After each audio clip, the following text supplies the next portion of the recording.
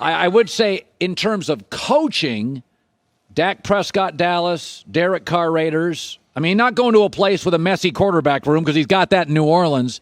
Those feel like leaders in terms of if he stays as a coach. Am I wrong on that? Yeah, and I've got a friend, Detro, diehard Giants fan. He texts me, should I just pack up my car and drive to Metairie right now? I'll pick the guy up. Like, every fan base is going to want Sean Payton. Cowboys fan texted me and said, I'll take Kevin James for a year if it means Payton next year. We'll wait. Like, this is the kind of name we're talking about as far as coaching and what he can do. Now, truth of the matter is, I'm not the Sean Payton guy at this network. Jay Glazer is. Glazer's had a relationship with Sean going back to the early 2000s, and those guys are as thick as thieves. And when Jay said week 18 on the Fox NFL Sunday show that, there's a couple coaches out there who are pretty exhausted from the last 2 years with COVID and what everything it's been through for these teams, I started reading between the lines. And then on Monday, Jay was coming out and saying that retirement might be an option. That was that. Like, all right. And I think Gail Benson knew too, because she was asked yesterday at an event whether she thought, she's like, well, Sean's taking his time. And I'm like, okay, that's a really interesting response from the owner who's paying him about $15 million for the next several years to say Sean's taking his time on whether he wants to come back. Colin, options is the key word. This guy has a ton of leverage. He can do a lot of different things. He can take the year off, chill out in Cabo and kind of collect himself. He can explore these NFL jobs. We haven't had a single hire yet out of 8 other gigs.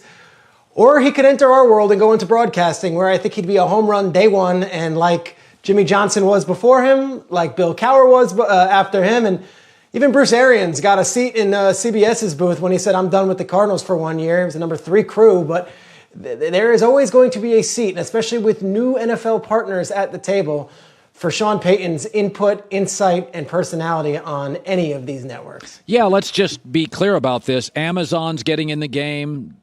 There's other networks. Nobody, you know what? You find room for great people. It's almost like when the Warriors won the championship and Kevin Durant calls. We'll figure it out. Let's bring in Kevin Durant. Sean Payton for any network. If Sean Payton's available, I don't care what network it is. You figure out a way to get him in-house. You'll figure out the particulars later. You pay him. That's a fascinating part. I would say this. He does have a house in Dallas. He's newly married. I theorize to joy. Parcells and Jimmy Johnson are personnel guys. They really are brilliant at that. Sean is more Andy Reid, in my opinion. I want you to clarify this. Sean is in those offensive meeting rooms. That is where he hangs out. I could see him going to the Cowboys and saying, I'm not looking here to have a huge say in personnel. He gave it to Mickey Loomis and Jeff Ireland with the Saints. I could see the Dallas being a fit. Or is he more of a personnel guy than I think?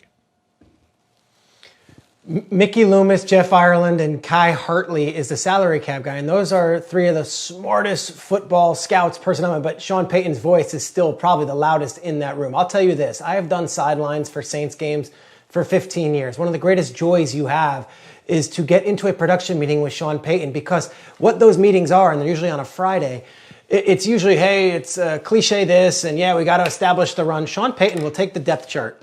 He will go through all 53 guys on his roster. He will tell you exactly what they've done this week in practice, where they came from, a funny story about them, what happened last week, and why this player is going to play a role.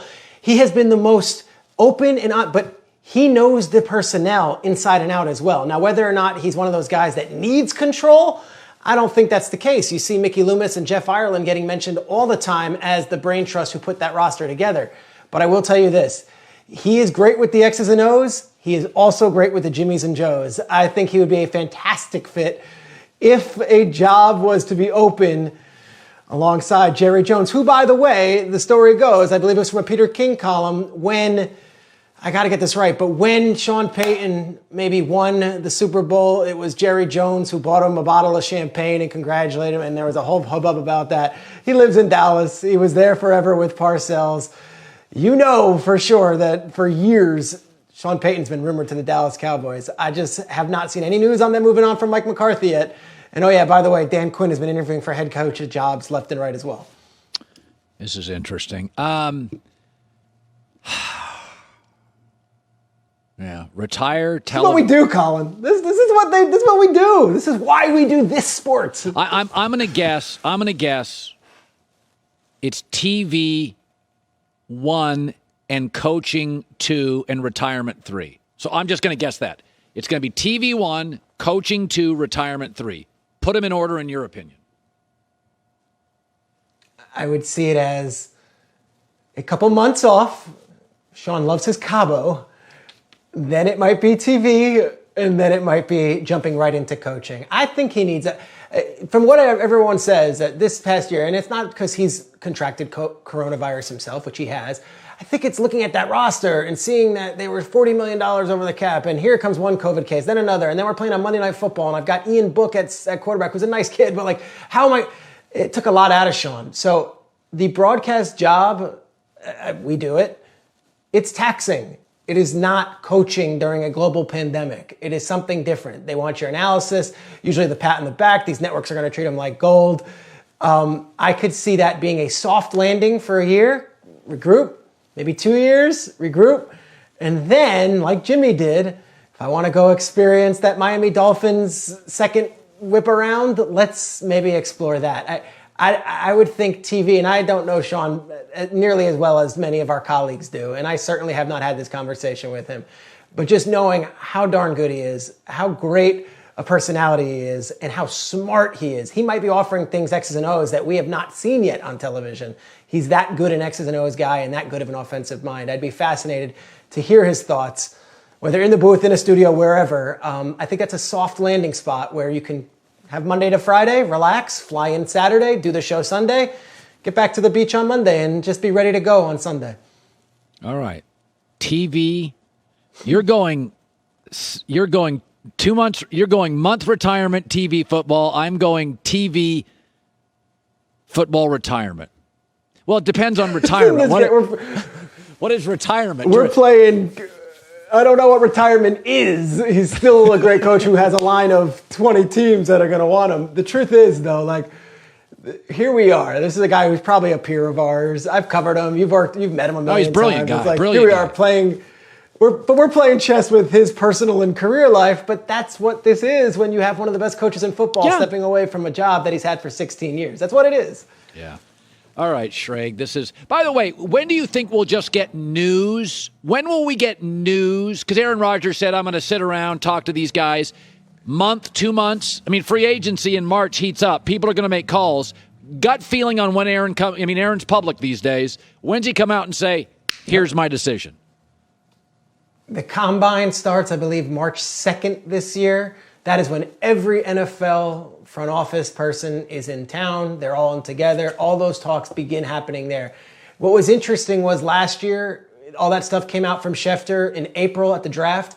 The Niners, at the last second, might have been able to pull something off, but the Rams had already traded for Stafford. There was already a million deals already made about quarterbacks. I think it's in Aaron's best interest, and to the Packers, doing them right would be to tell them around March 2nd, March 3rd, hey, I'd rather you guys explore their options. If he drags this along all offseason again, I don't know how you can look at his relationship with the Packers in anything other than spiteful. Yeah. Great seeing you, buddy. This is so much fun. I love seeing you. This is it. Breaking news, dude. All right, Peter Schrager. I'm getting texts. All right, Schrager, go do what you do, buddy. Hi, everybody. Thanks for watching. Subscribe here to get the latest from the show. Also, be sure to check out more of the best clips from The Herd or go watch a few segments from other shows on FS1.